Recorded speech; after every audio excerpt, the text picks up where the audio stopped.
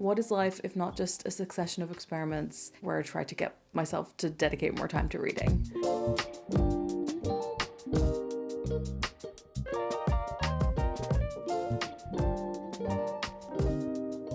I would love to read 75 books in a year. Over previous years, I've read 50 books, I've read 30 books, it kind of goes in between there. But I am determined to do a 75 book year.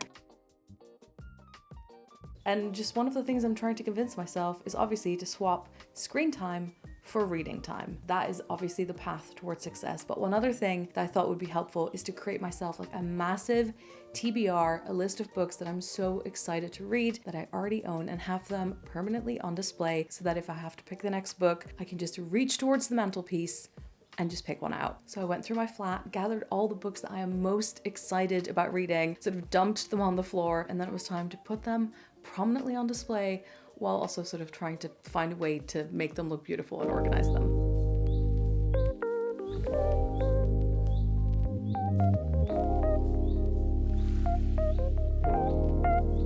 All right, now that we have a fresh surface to start with, I'm just thinking about some themes that I'd like to read more about this year. One of them is witches, more on the medieval side, historical, than actual magic stuff. I have a few in mind. I'm gonna rummage through the piles that I've got here and gather those.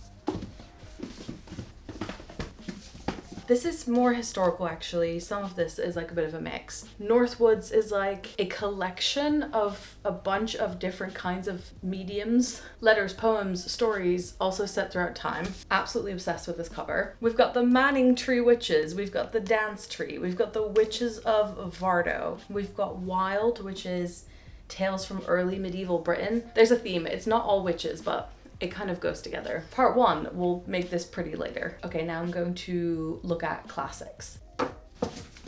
We have a few classics here, most of them Gothic, because that's what I'm interested in. We have the Castle of Otranto, classic Gothic stuff. We have some Emily Bronte's, Beloved, The Monk, Rebecca. Maybe this will finally be the year that I read Rebecca. We've got this little book, which I'm quite interested in, which is Yorkshire, A Literary Landscape, an Anthology. Next, let's do contemporary, because I don't read a lot of contemporary, but I do have a little selection. So let's have a look. Okay, full disclosure, I just sat on the floor for half an hour surrounded by books, trying to make more decisions.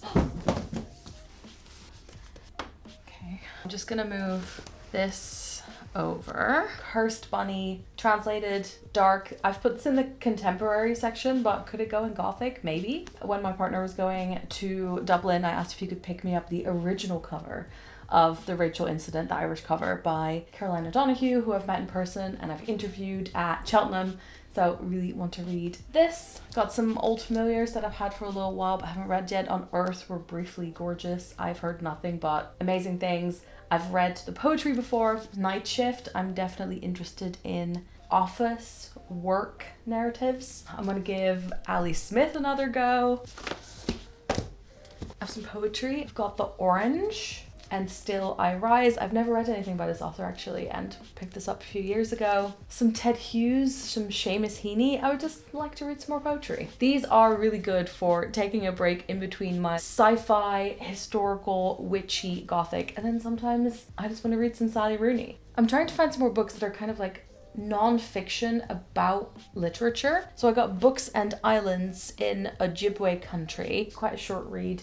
Just picked it up in like the travel section of a bookshop, so very intrigued by that. I love the apocalyptic book Severance by Ling Ma, and this is a short story collection by her. And then Penance by Eliza Clark. Again, everyone is reading it. I'm trying to not let myself be drawn in by like what everyone's reading, but I have seen her live. I haven't read Boy Parts yet. True crime, also interesting, so see how I go with this. Okay, last two sections are going to be climate and sci-fi, and then finally like more fantasy historical stuff. Okay, so I've also got some of the Faber nature poets, quite interesting. So we've got Samuel Taylor Coleridge and William Wordsworth, stuff that I studied during my degree, but I'm reading more non-fiction about the romantics and literature related to landscape, and so I thought this would be perfect. And I bought these in the Lake District. I guess they can go here.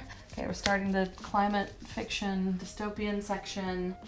Okay, I need to read Parable of the Talents after the Parable of the Sower, one of the most horrifying books I've ever read, but absolutely brilliant. The series was never finished, but the second book does exist. I have 2 books by Yoko Tawada. I haven't read either of them. I never finished the Binti trilogy, sci-fi. Really want to do that. We'll probably have to reread the first one, but they're quite quick as well. This one's quite interesting. It's called The Survivalist, and it says, Aretha, a perpetually single black lawyer, has only one obsession in life, success.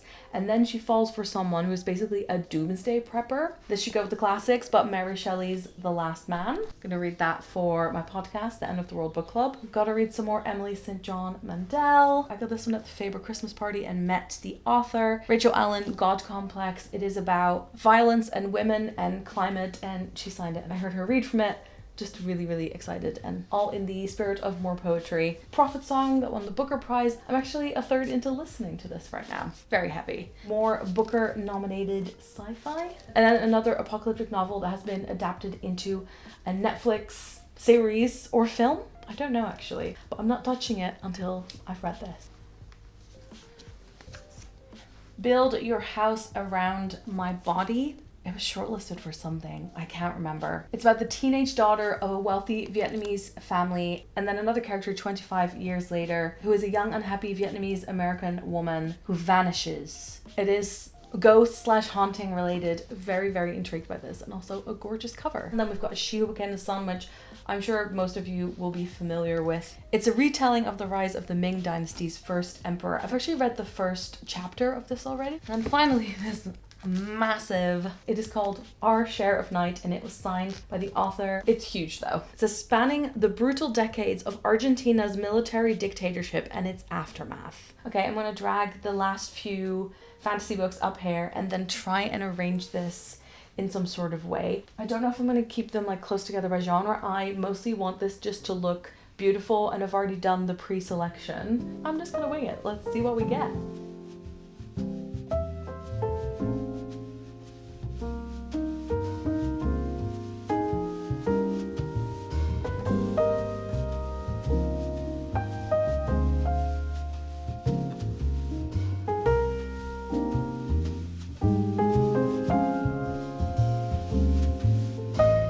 Alright, here is what I've got. I've put some of them upright. I kind of like that way of displaying.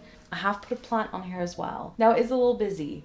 I could either take some books out that I don't feel like I want to read straight away. It would be really nice to have space for something like this next to it. Like, that would look great. Usually what makes it look quite busy is if you have a lot of really thin books. So I might make a little separate stack somewhere else with the skinniest books. I think I severely underestimated how hard it would be to make those books look pretty. So after that first run through, I let it sit for a good while and then went back and did some more reshuffling. And what I ended up with was a pancake plant on either side, and actually they are loving this spot, like a little bit away from the window. They're absolutely thriving. So that's a nice bonus. And then I actually ended up just keeping the most colorful hardbacks in the middle. It had less sort of visual clutter. And then I created 3 piles that are basically like on the floor by the fake fireplace, with the vague division being sort of in the themes that I'm most excited to read about. So we have like a horror and gothic pile, a sci-fi and apocalyptic pile, and then a